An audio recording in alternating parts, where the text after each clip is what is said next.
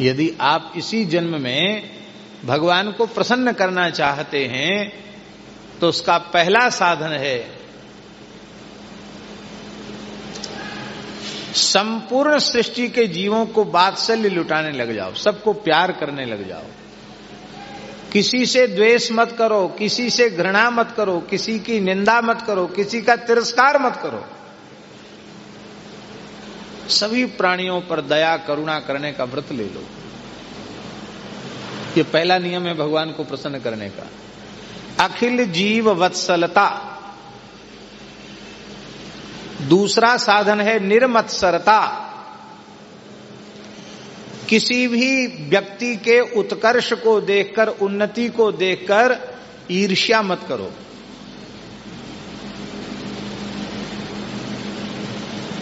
चिढ़ो मत, प्रसन्न हो। निर्मत्सरता से मुक्त होने का साधन भी कल हमने संक्षिप्त चर्चा की थी।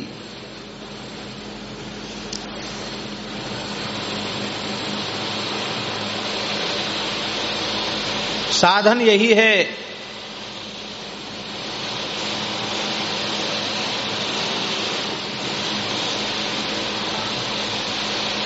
सबसे पहला,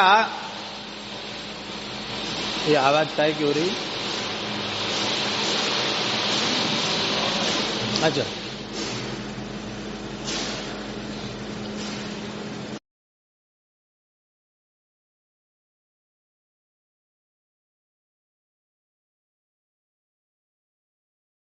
अपने जीवन में दीनता को स्वीकार कर लें।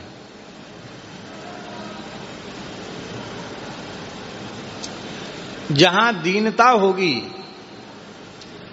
वहां मात्सर्य दोष नहीं रहेगा।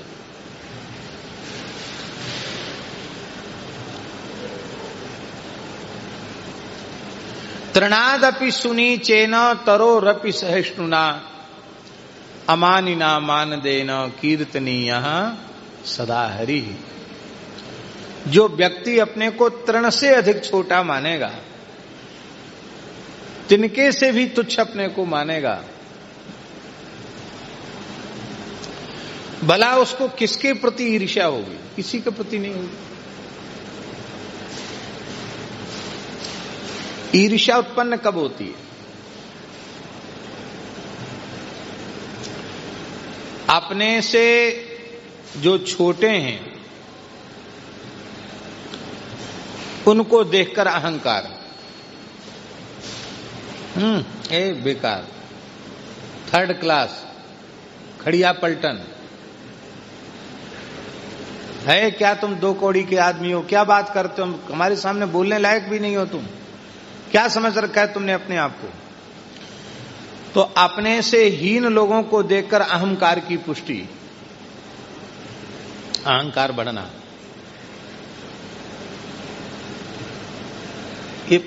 ये परंपरा ही है हुकूमत करने की, छोटों पर रुआब जमाना।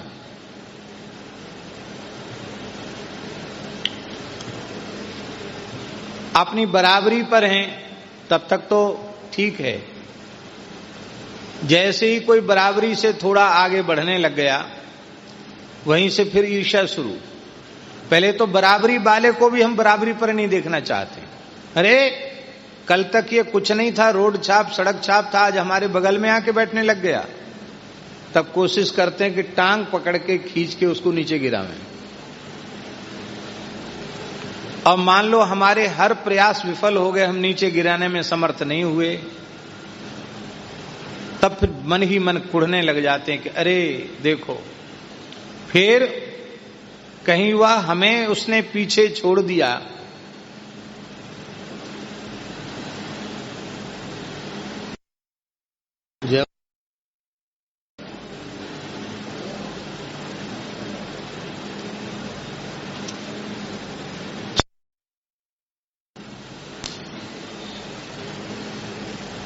स्वयं आगे बढ़ गया और हम पीछे रह गए, तब ईर्ष्या और अधिक बढ़ने लग जाती है।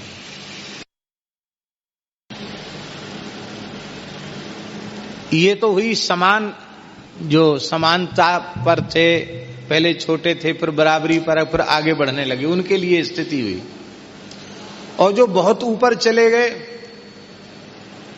उनका कुछ बिगाड़ तो हम सकते ही नहीं। वहां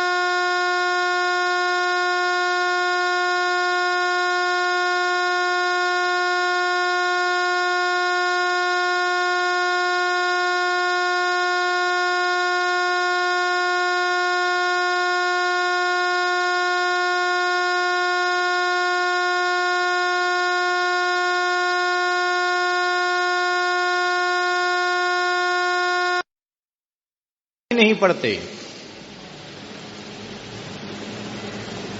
फिर असूया दोष उत्पन्न होता है। असूया जानते हैं किसको कहते हैं?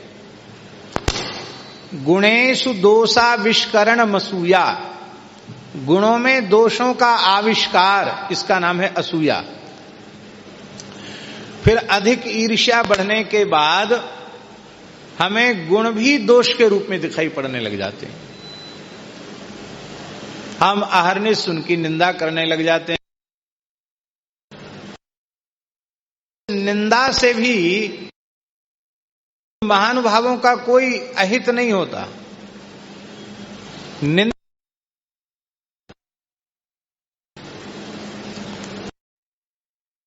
के मन में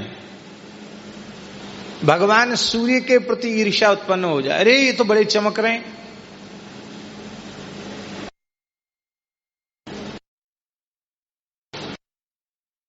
सूर्य नारायण में दोष दिखने लगे और वह भगवान सूर्य का तिरस्कार करे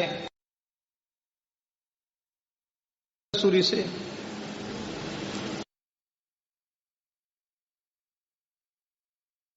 तो क्या होएगा?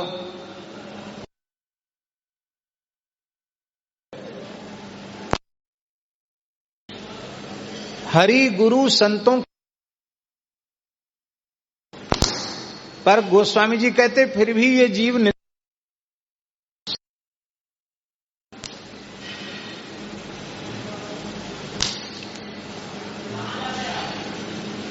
और ये मात्सर्य दोष ही इसके पतन का कारण बन जाता है।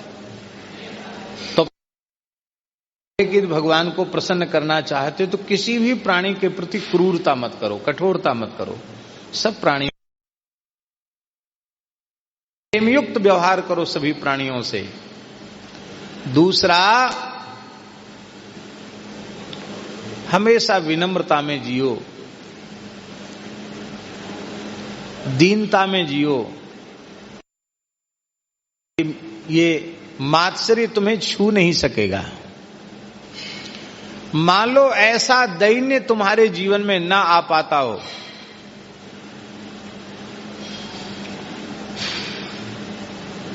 इन महापुरुषों का जिनका हम छवि के रूप में दर्शन कर रहे हैं, इनके जीवन में कैसा दैन्य भाव था। पूज्य बक्सर वाले महाराज जी, भक्तमाली जी महाराज, जिन्हें सब लोग मामा जी कहते, कैसी नम्रता, कैसी दीनता उनमें थी। बक्सर की बात है, श्री सीताराम विवाह महोत्सव चल रहा था। एक पैजामा पहने हुए एक व्यक्ति आए, बुजुर्ग से थे, वो गरम पैजामा पहने थे और एक कोट पहने थे, एक बेत लिए थे। तो आकर जैसे ही वो आए तो मामा जी उनको प्रणाम किया, कुर्सी पर बिठाया और डंडा पटक कर साष्टांग प्रणाम किया। हम भी वहीं संयोग से उपस्थित थे।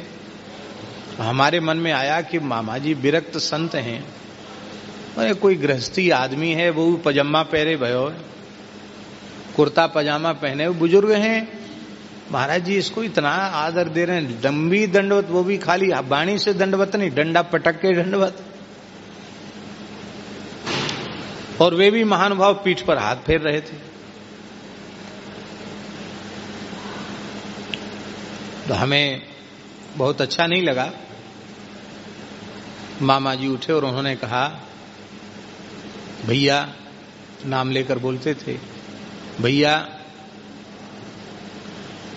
ये मेरे राम के गार्जियन हैं, इनके चरणों में रहकर हमें कुछ पढ़ने का अवसर मिला है।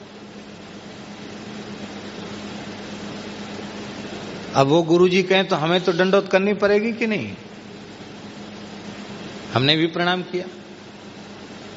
भाई मामा जी के गुरुजी हैं तो प्रणाम।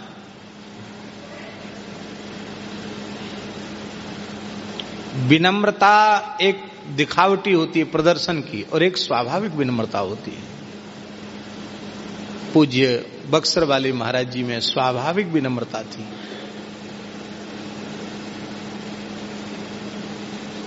आज हमारे लिए उपाधियां छोटी पड़ गई। एक जगह कथा थी, उसमें बैनर वो पेंट से लिखे जाते थे, तो बैनर में लिखवा दिया संत शिरोमणि भक्तमाली श्री नारायण दास जी महाराज, बक्सर वाले मामा जी। तो संत शिरोमणि बैनर पर लिखा था, उसे देखकर मामा जी इतने नाराज हो गए, बोले हम कथा ही नहीं कहेंगे। क्यों? बोले हम तो ईमानदारी से मनुष्य नहीं बन पाए, आपको किसने ये पावर दे दिया कि आपने हमको संत शिरोमणि बना दिया? तत्काल इस बैनर को हटाओ यहां से। बैनर हटवा दिया उन्होंने। हम तो कहेंगे कि पहले बैनर लगा है तब हम भीतर प्रवेश करें, नहीं हम क्यों जाएं? स्वाभाविक विनम्रता है।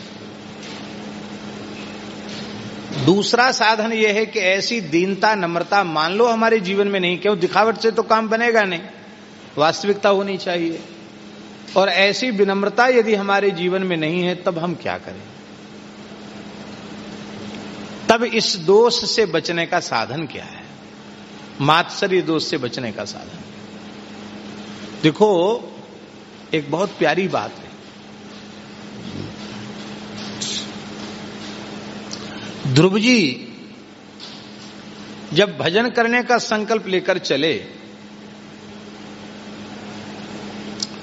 तो उनकी माता सुनीति ने क्या कहा? भागवत के 4 स्कंद में वह पंक्ति ध्यान देने योग्य है। माता सुनीति कह रही है,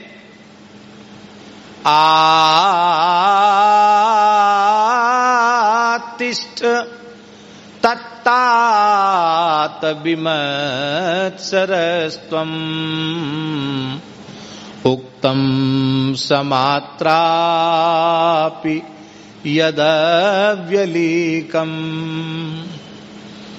आराधयाधोक्षज पाद पद्मम्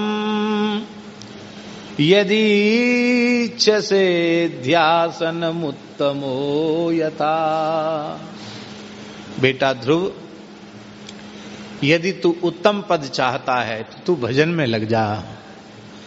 भजन की शर्त क्या है?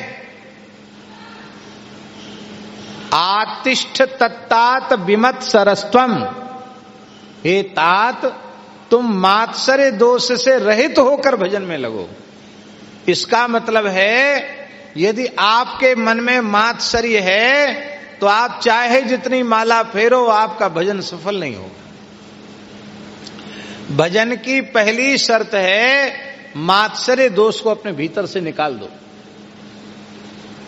सुनीति माता के कहने का भाव यह था कि यदि तुम्हारे मन में तुम्हारी सौतेली मां के प्रति द्वेष भावना है, तुम्हें तुम्हारे पिता के प्रति मात्सर्य की भावना है, तुम्हारे मन में तुम्हारे छोटे भाई के प्रति, उत्तम के प्रति, वो बैठ गया मैं क्यों नहीं बैठा, ये मात्सर्य की भावना यदि तुम्हारे मन में है तो बेटा तुम्हारा भजन सफल नहीं होगा। भजन करने वाला पहले यह संकल्प कर ले कि इस पूरे ब्रह्मांड में, पूरी धरती पर हमारा कोई शत्रु नहीं है, हमारे लिए सब पूज्य हैं, सब अच्छे हैं, सब भले हैं। ये भाव मन में स्वीकार कर। किसी भी प्राणी के प्रति मात्सर्य न हो। द्वेष पीछे होता है, मात्सर्य पहले होता है। मात्सर्य होता है तभी द्वेष होता है, द्वेष होता है तभी मात्सर्य आता है।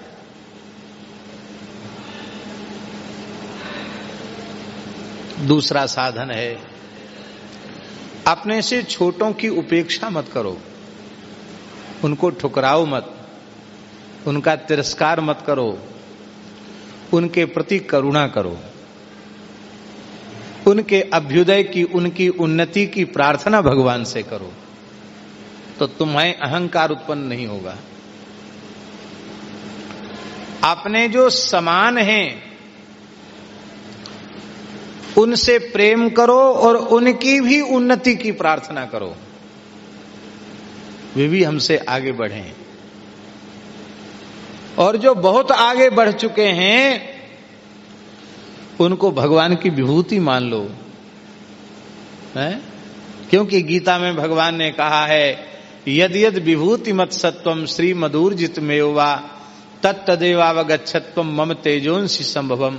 संसार में जहां कहीं कोई विशिष्टता दिखाई पड़े उसे तुम मनुष्य की मत समझो, उसे मेरी विशेषता समझो, उस रूप में मैं ही लीला कर रहा हूं। तो जब उस बड़े से बड़े व्यक्तित्व को हम भगवान की विभूति मानेंगे तो हमारे मन में उसके प्रति कभी मात्सर्य पैदा नहीं होगा। ये मात्सर्य दोष से बचने का उपाय है। छोटों पर कृपा, उनकी उन्नति की प्रार्थना, बड़ों से, अपने समान वालों से प्रेम, वे भी हमसे आगे बढ़ें ऐसी प्रार्थना, और जो बहुत बड़े हैं उनको भगवत भाव से मानना, उनमें उनसे द्वेष नहीं करना, उनके गुण ही देखना, उनके दोष नहीं देखना। ये इस प्रकार का स्वभाव यदि कोई साधक बना लेगा, ये दूसरा सद्गुण जो राम जी को रिझाने वाला है, निर्मत सरता, ये आ जाएगा। तीसरा है चरण कमल अनुरागी।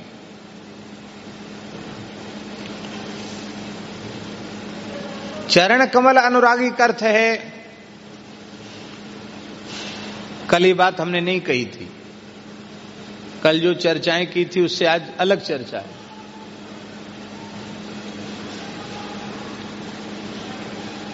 जो जीव मात्र के प्रति वात्सल्य भाव रखेगा,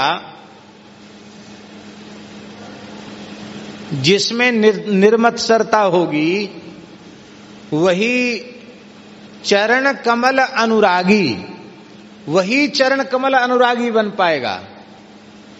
जिसमें अखिल जीव वत्सलता नहीं है, जिसमें निर्मत्सरता नहीं है, वह कभी चरण कमलानुरागी नहीं होगा, वो तो विषयानुरागी ही बना रहेगा।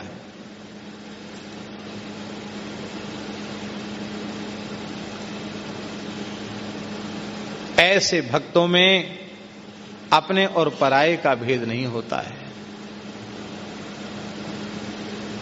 वो सर्वत्र समान भाव, समान दृष्टि रखते हैं।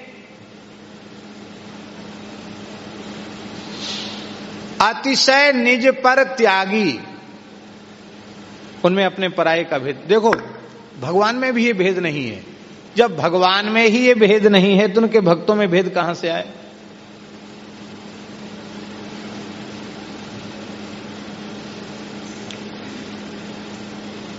भगवान में भेद होता तो पूतना का उद्धार होता? पूतना का उद्धार तो नहीं होता। पूतना को उद्धार रहेगा, भेद कहां है भगवान में? भगवान का अपना बेटा बहुमासुर, जो 12 भगवान के द्वारा भूमि से उत्पन्न हुआ था, उसको तो कृष्णावतार में भगवान ने मार डाला। संसार में ऐसा देखा जाता है। आपका बेटा चाहे जितना दुष्ट हो, आप उसको मारने की तो नहीं सोचेंगे, मारेंगे तो बिल्कुल नहीं। मान लो पुत्र को फांसी का आर्डर हो जाए और आपके कहने से छूट जाए तो आप क्या करोगे? ये कहोगे कि फांसी दे दो? ये कहोगे कि भैया छोड़ दो, हमारो लाला है, छोड़ दो, कोई बात नहीं, गलती है गई, यही कहोगे। मारने की बात नहीं कह सकते।